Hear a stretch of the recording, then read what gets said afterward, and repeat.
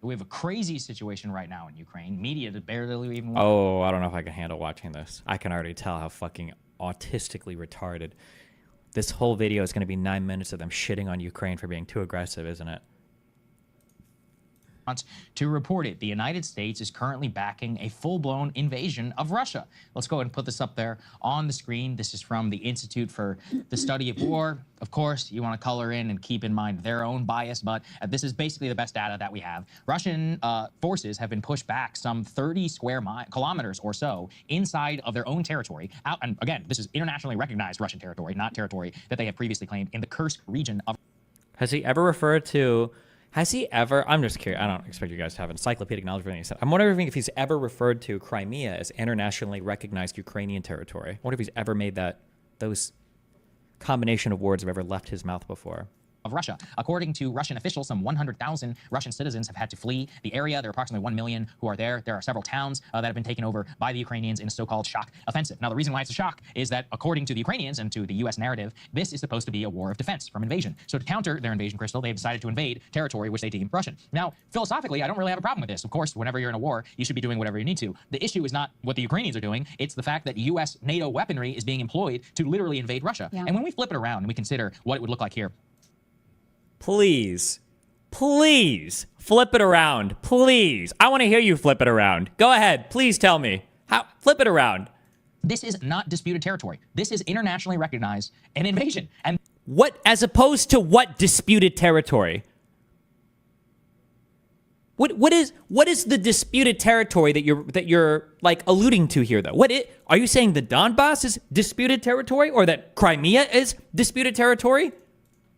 And that is literally the justification for every dollar of the hundreds of billions that we have shipped to Ukraine is to defend against this invasion. And then just consider, can any great power nation sit there and tolerate an invasion of its own territory? If Mexico invaded, even up until the city of Laredo or El Paso, would we tolerate that? No, we would bomb them back to the Stone Ages. Because the implication would be they'd be invading us for no reason. If Mexico invaded us for no reason, we probably would bomb them back to the Stone Ages, which is what Ukraine should be doing to Russia. As the sayings go. Now, let's be fair too. This has also demonstrated the tremendous problems with the Russian military that they haven't been able to immediately push this back. Put this up there, for example, on the screen. The Financial Times reports Russian reinforcements have failed to push back the Ukrainian incursion the 6th day. President Zelensky has openly acknowledged taking the war to Russian territory, and there is no doubt, Crystal, that this is 100% with the backing of the United States of America. And given Joe Biden's decline that we just talked about at length, is he even in charge here? And as Americans, can we sit here and risk a literal invasion of Russia at the same time that we have billions of dollars in military assets steaming towards the Middle East? No, we should not risk an invasion of Russia, which is why there needs to be a swift, harsh, and violent reaction anytime Russia tries crazy shit like this. Because anytime Russia thinks they can invade a country and get away with it, all it does is it increases the likelihood for stuff like this to happen in the future. And with the Israelis openly saying Iran is going to attack us. How do these guys have the worst takes on every side? Because their take is just America bad. That's it. That's the take. The take is America sucks, America bad, America does everything bad, fuck America. That's it. If you understand it from that perspective, everything they say makes sense. Then it all makes sense. Everything makes sense. And the United States is going to have to once again spend billions to defend Israel from that attack. Can we really tolerate the risk of these two? And the fact that they probably contribute. The Iranians say, hey, we got a lot of military assets tied up over there. And the Russians are saying, got a lot of military assets tied up over there. That's very true. Yeah. And meanwhile, the media has basically lost interest in this story. No, There's they don't very care. little coverage of it. J.D. Vance and all of his many interviews he did yesterday, there was not, I think, one question about... He brought it up once in a print interview. But yes, to any of the media people, they didn't bring it up. They didn't bring it up. Yeah. Like, what could... I thought Sagar was a conservative. Everybody on Breaking Points is just anti-establishment. I don't know what the political alignment doesn't... Except for that one, there's the one blonde girl who seems okay. But maybe I'm only saying that because she was kind of ostensibly on my side in that debate. And I don't think I've heard her say anything super stupid.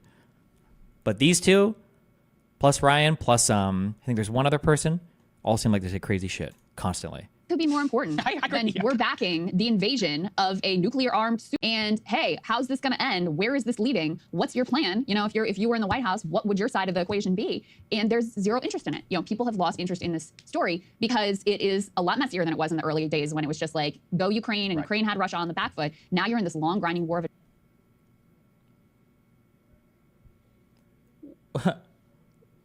I'm sorry. I'm so sorry. I memory hold. I don't know. I have no idea. I don't know anything that's happened in the past 3 years. When did Ukraine have Russia on the back foot? Is she just referring to the fact that Ukraine managed to repel an invasion into their capital fucking city for the first 2 weeks? What? nastier than it was in the early days when it was just like, go Ukraine, and Ukraine had Russia on the back foot. Now you're in this long grinding war of attrition. And make no doubt about it, the fact that the Biden administration finally caved and sent those F-16 fighter jets, that is a big part of the reason why they were able to make these gains. You'll recall. Is that even true? Hold on.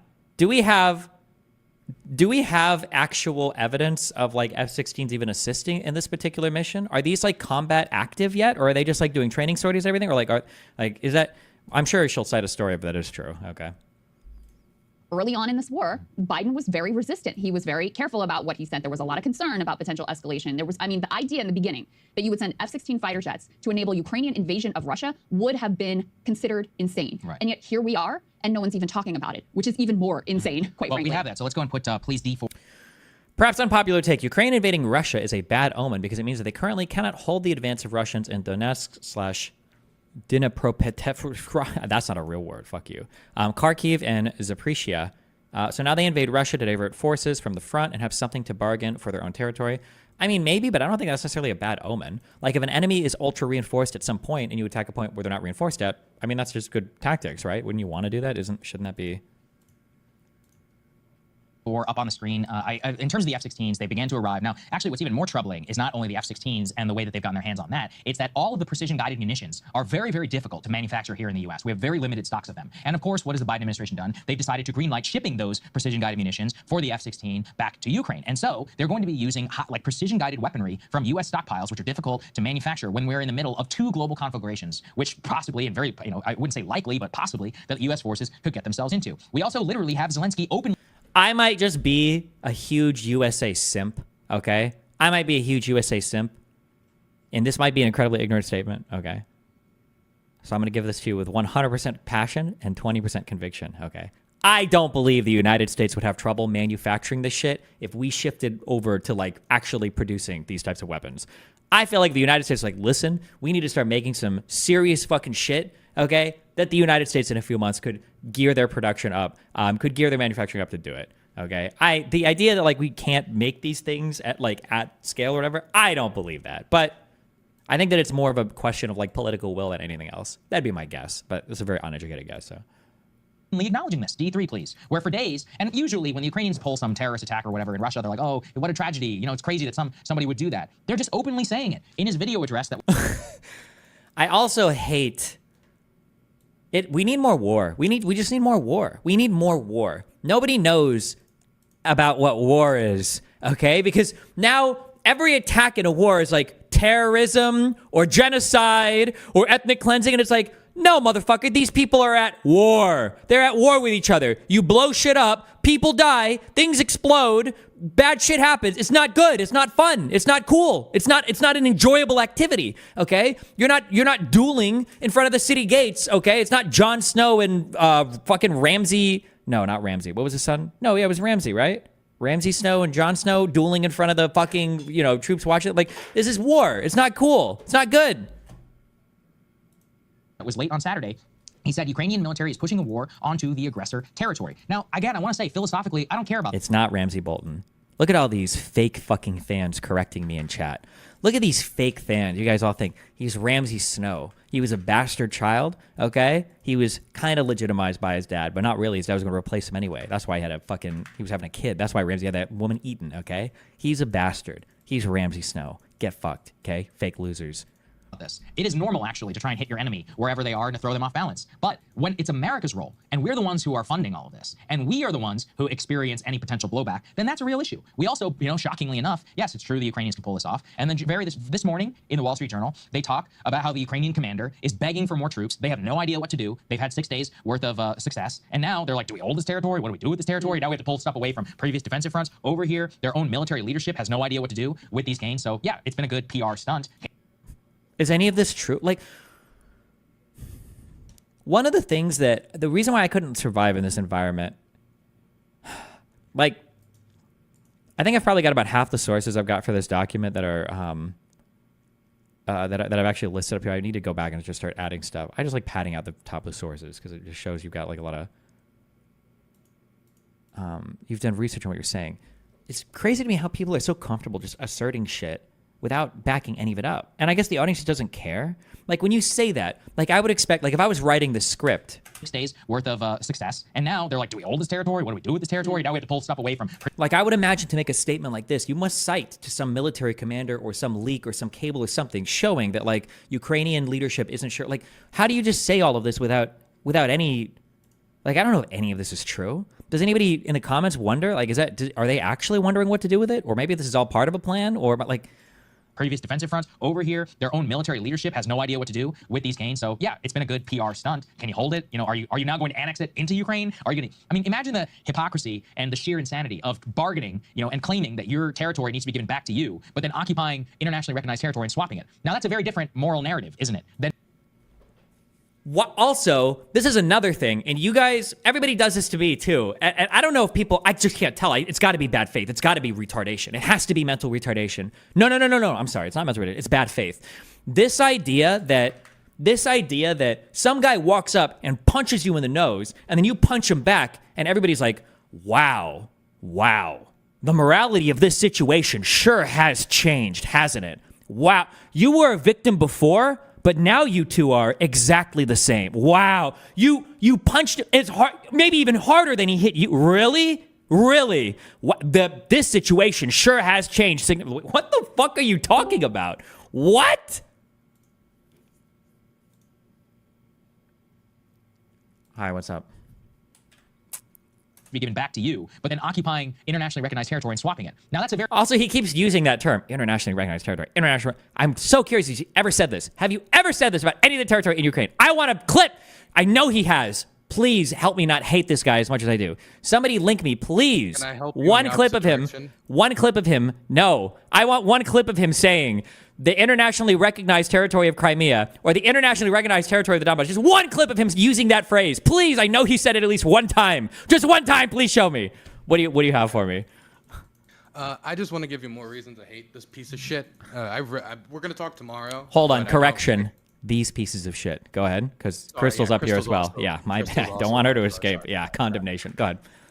So every time I watch Breaking Points talk about the war in Ukraine, I feel like they lie, and I don't. Not only do I feel like they lie, I know they're lying, but I don't know if they're doing it on purpose, on accident. The last time I tuned into them, it was when they were talking about the missile strikes in Crimea, and one of them got intercepted. Oh, I know exactly what you're talking about. No, you're wrong. You're talking about when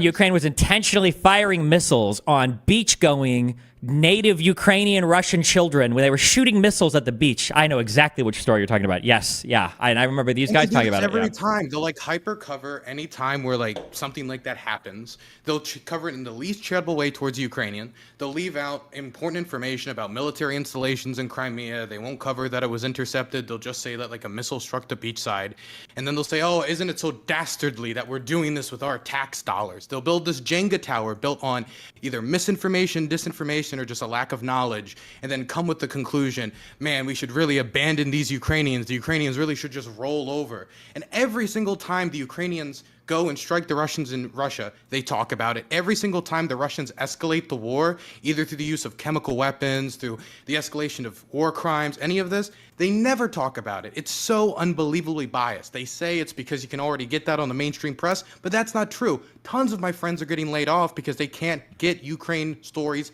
on CNN, on the mainstream news outlet, even in Ukrainian-based English-speaking news. So it's not true that people are hearing about it. People don't hear about the chemical weapons being used. Sure. Yeah, and I mean, we just our appetite for any foreign policy event is low anyway, and now we're shifting to election season. So yeah, yeah. Sorry to bother you. Have a good one. You're good. Talk to you tomorrow. See you later. Bye. Isn't it? Then saying, well, we're just fighting back against the people who have invaded our country. Yeah. And that's the problem, is that the longer this drags on, there's the moral ambiguity increases, the so-called justness of their cause decreases. In what way? He's actually such a hack fuck. God, there's so many things that I wish I was just a Kick streamer. This is why Kick is the superior. Actually, wait, no, never mind. Kick would ban me for what I want to say too. Never mind. Their overall ability to even stand this without literally tens of billions of dollars a month having to flow there in Western aid, it shows us that this cannot go on forever. And we all know how it's going to end. And so they like this statement, these collections territory and swapping it. Now that's a very different moral narrative, isn't it? Than saying, well, we're just fighting back against the people who have invaded our country. Yeah. And that's the problem. Is that they're still the people that invaded your country, right? You know that it's still the country that invaded your country, right? Like the longer this drags on, there's the moral ambiguity increases. No, it doesn't. No, not really. No.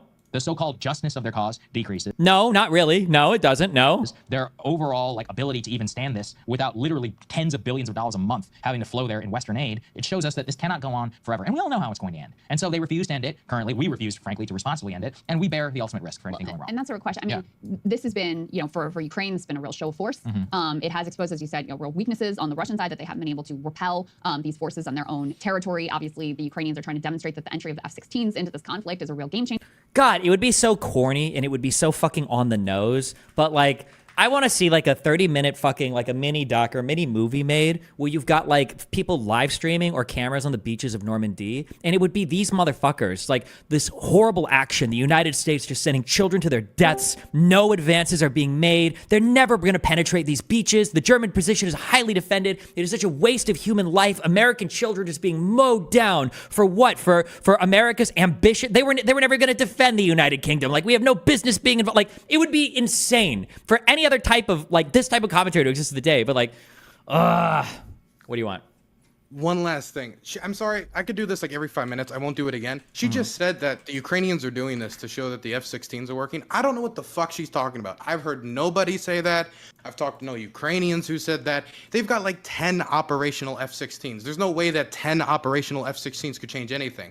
I don't think they've actually listened to anybody about what the purpose of the operation is. The most obvious purpose, from most analysts that I've talked to and from my own conclusions, is that the Ukrainians want to overstretch the Russian lines to make them move their troops from the Donbass and make it so they can't keep adding pressure there. That's the obvious conclusion. But have they even talked about that in this video? Did I like miss that? Well, there's not like a single, there's not like a single source for any of their statements at all. They're just kind of like talking. So, but they're military experts, so they shouldn't need to source anything. So yeah. Yeah, General Crystal and General Sauger is going to inform us all. Anyway, you have a good one. Bye bye.